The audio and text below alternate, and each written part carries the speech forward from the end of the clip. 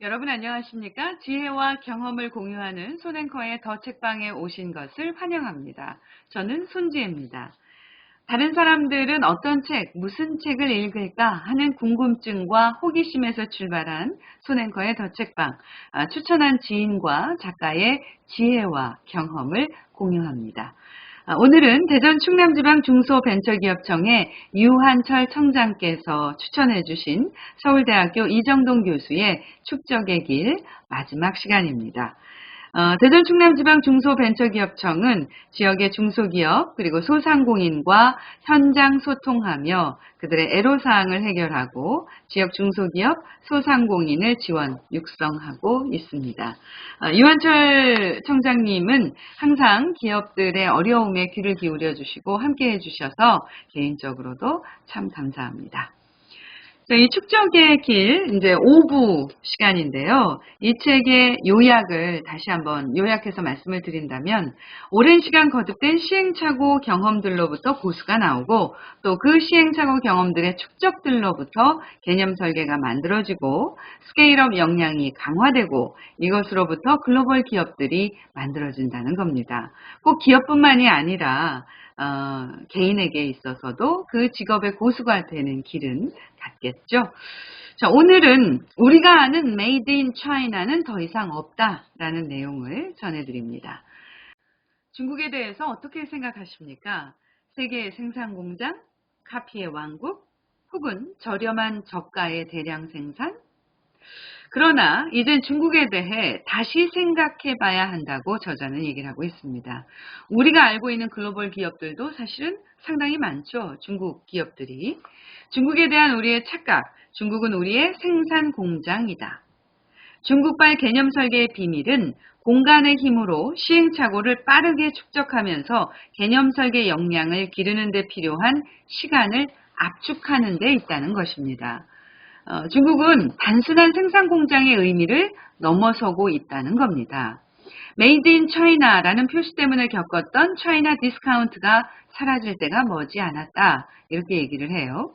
기술 선진국들이 오랜 기간 시행착오를 축적하면서 개념 설계 역량을 키워왔다면 중국은 넓은 공간을 이용해 짧은 시간에 많은 양의 시행착오를 축적하면서 축적에 필요한 시간을 압축하고 있다는 거죠. 이 전통의 기술 선진국들이 1년에 한 번씩 100년에 걸쳐 100번의 시행착오를 축적해 왔다면 중국은 1년에 10번씩 10년 만에 100번의 시행착오를 축적하는 셈이다. 이렇게 얘기를 합니다. 지금껏 한국 산업의 발전 모델이 기술 선진국의 개념 설계를 받아와서 빠르고 실수 없이 실행하는 것이었다면 가까운 미래에 가장 우려스러운 경쟁 구도는 중국이 개념 설계를 제시하고 한국이 실행하는 모델이다. 이렇게 얘기를 합니다. 이 구도가 무서운 것은 중국이 서구의 기술 선진국들을 뛰어넘는 제조 역량을 무섭게 키워나가고 있기 때문이라는 거죠. 선진국의 개념 설계와 중국의 실행력 사이에서 샌드위치 신세였던 한국 경제의 앞길에 두 개념 설계의 강자가 존재하게 될지도 모르는 상황은 생각만 해도 답답하다. 저자는 이렇게 얘기를 합니다. 그러면서 앞으로의 우리의 전략에 대해서 얘기를 하는데요. 시장으로나 공장으로나 중국은 지난 20년간 우리 뒤에 있었다. 솔직히 중국의 양말만 가져다 팔아도 10여 켤레 넘게 팔 수 있다고 농반 진반으로 이야기하며 웃던 때가 있었죠. 이제 중국이 그저 그런 품질의 그 수준의 저가 생산 공장 역할을 해주던 때는 지났다는 겁니다. 그런데도 서구의 기술 선진국들이 개념 설계를 하는 것은 당연하게 받아들이면서 중국이 개념 설계를 시도할 때는 은근히 폄하하는 분위기가 여전히 있다는 겁니다. 우리의 시각을 바꿔야 할 때라는 거죠. 무엇보다 중국이 가진 잠재력과 장점이 어디에서 어떻게 나오는지를 정확히 인식하는 것이 그 첫 번째다. 라고 얘기를 합니다.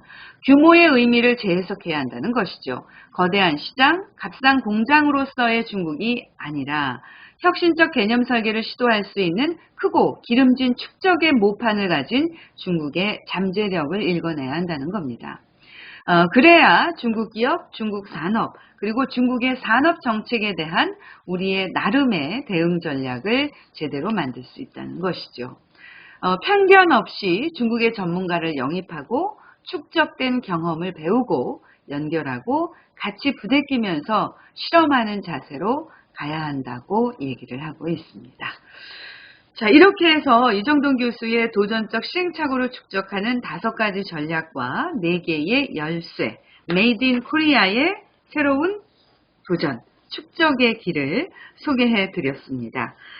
지혜와 경험을 공유하는 손앵커의 더 책방, 대전 충남지방 중소벤처기업청의 유한철 청장님께서 추천해 주신 이정동 교수의 축적의 길 5부로 나누어서 소개를 해 드렸습니다.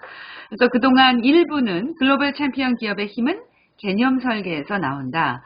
생활의 달인과 개념 설계 엔지니어의 차이 2부에서 말씀드렸고요. 3부는 스케일업이라는 위험 가득한 과정을 버틸 수 없으면 아이디어에서 혁신까지의 바다를 건널 수 없다.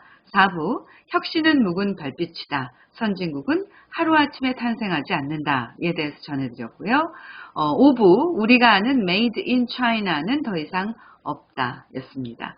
앞부분이 궁금하시다면 다시 되돌아가셔서 보셔도 됩니다. 유한철 청장님 좋은 책 추천해 주셔서 감사합니다. 다음에는 또 어떤 책을 소개할지 기대해 주시고요. 아시죠? 구독과 좋아요 부탁드립니다. 손앵커의 더 책방 지금까지 손지혜였습니다.